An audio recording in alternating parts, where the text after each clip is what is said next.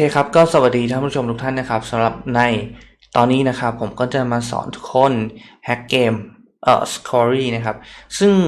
เกมนี้มันเป็นเกมแนวผจญภัยนะครับแต่ว่าผจญภัยแบบว่าเราจะต้องแก้ไขโจทย์ปัญหาไปนะครับในระหว่างทางโดยการแฮกmemory นะครับหรือว่าการแก้ไขcode assembly อะไรพวกนี้หรือว่าการเล่นบอร์ดเกมที่เป็นเลขฐานนะครับไม่ว่าจะเป็นฐาน2ฐาน8ฐาน16อะไรเงี้ยนะฮะก็ประมาณนี้นะครับสำหรับเกมนี้แต่ว่าสิ่งที่ผมจะมาสอนทุกคนก็คือผมจะไม่ได้เล่น Story Mode นะผมจะสอนใน Hacking Tutorial นะครับซึ่งมันก็จะมีmemory editing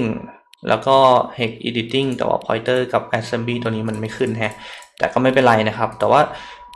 เราก็จะมาเล่น2ตัวนี้แล้วกันนะครับซึ่งมันก็จะมีให้เล่นหลายด่านเนาะซึ่ง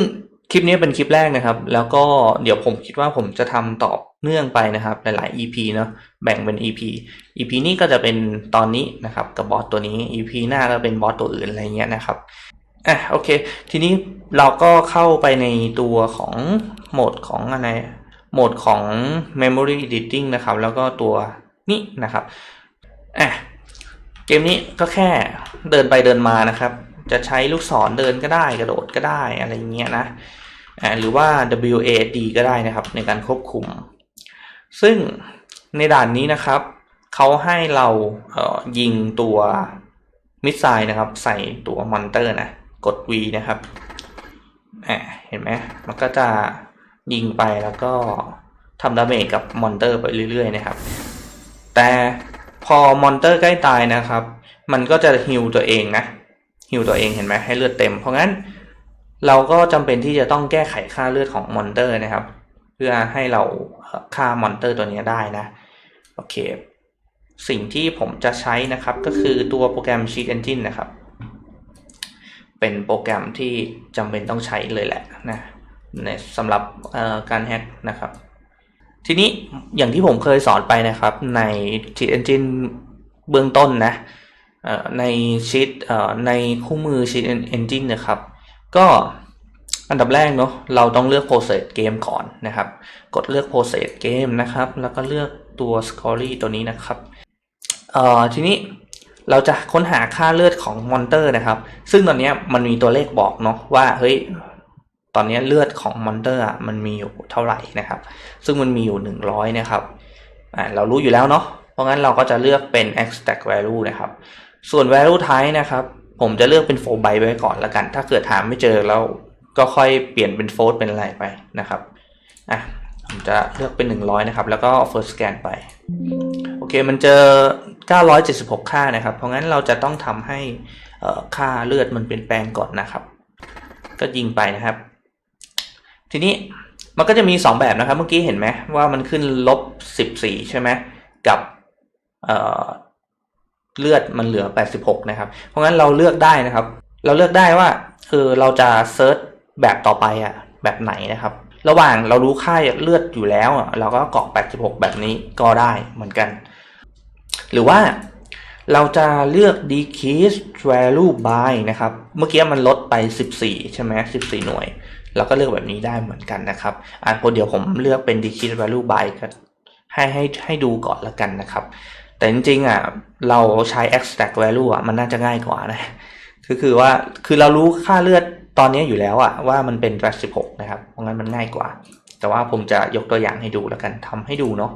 14นะครับกด next scan ไปมันก็จะเจอ1อันนะครับ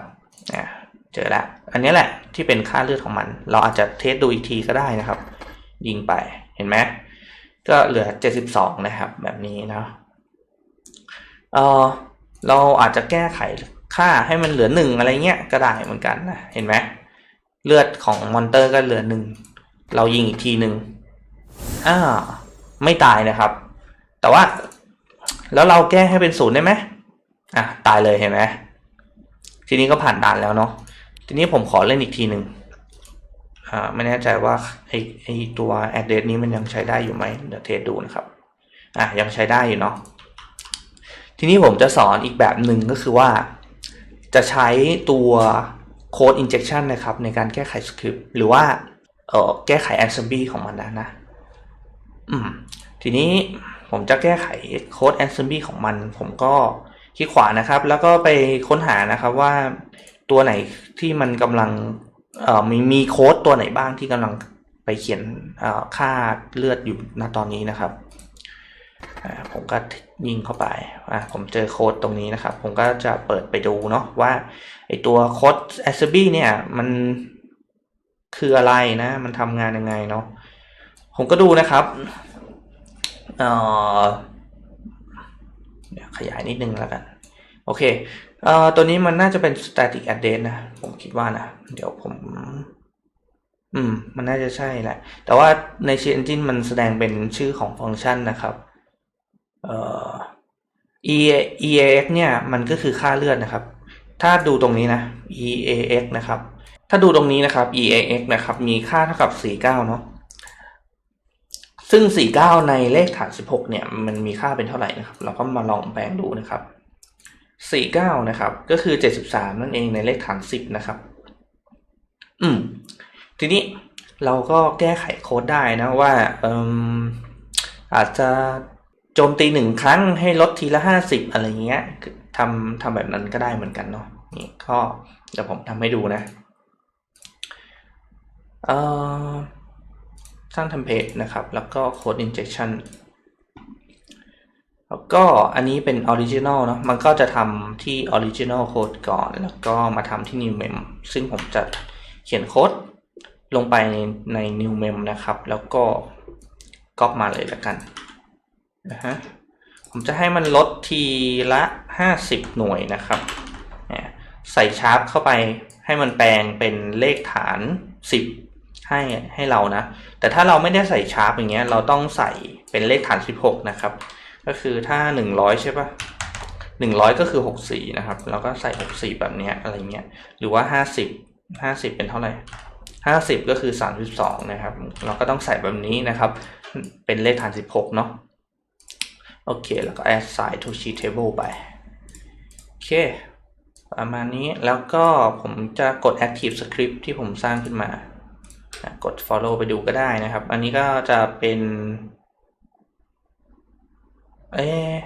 เนี่ยนะoriginal code มันจะอยู่ข้างล่างนะครับแต่ว่า new mem มันจะมาก่อนลองดูแล้วกันก็คือว่ามันจะลดค่า50หน่วยนะครับแล้วก็เซตค่าเลือดอันใหม่ให้กับมันนะเดี๋ยวลองดูยิงไปปุ๊บไม่ได้นะครับเพราะงั้นเราจะต้องเอาโค้ด move ตัวเซตค่านี้ออกไปนะ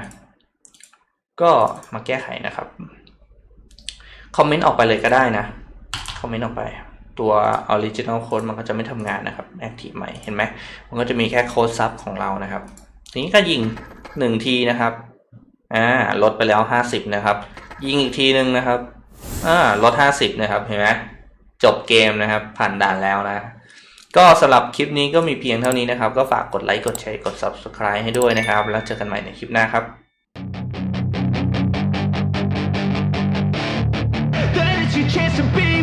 Hey kid,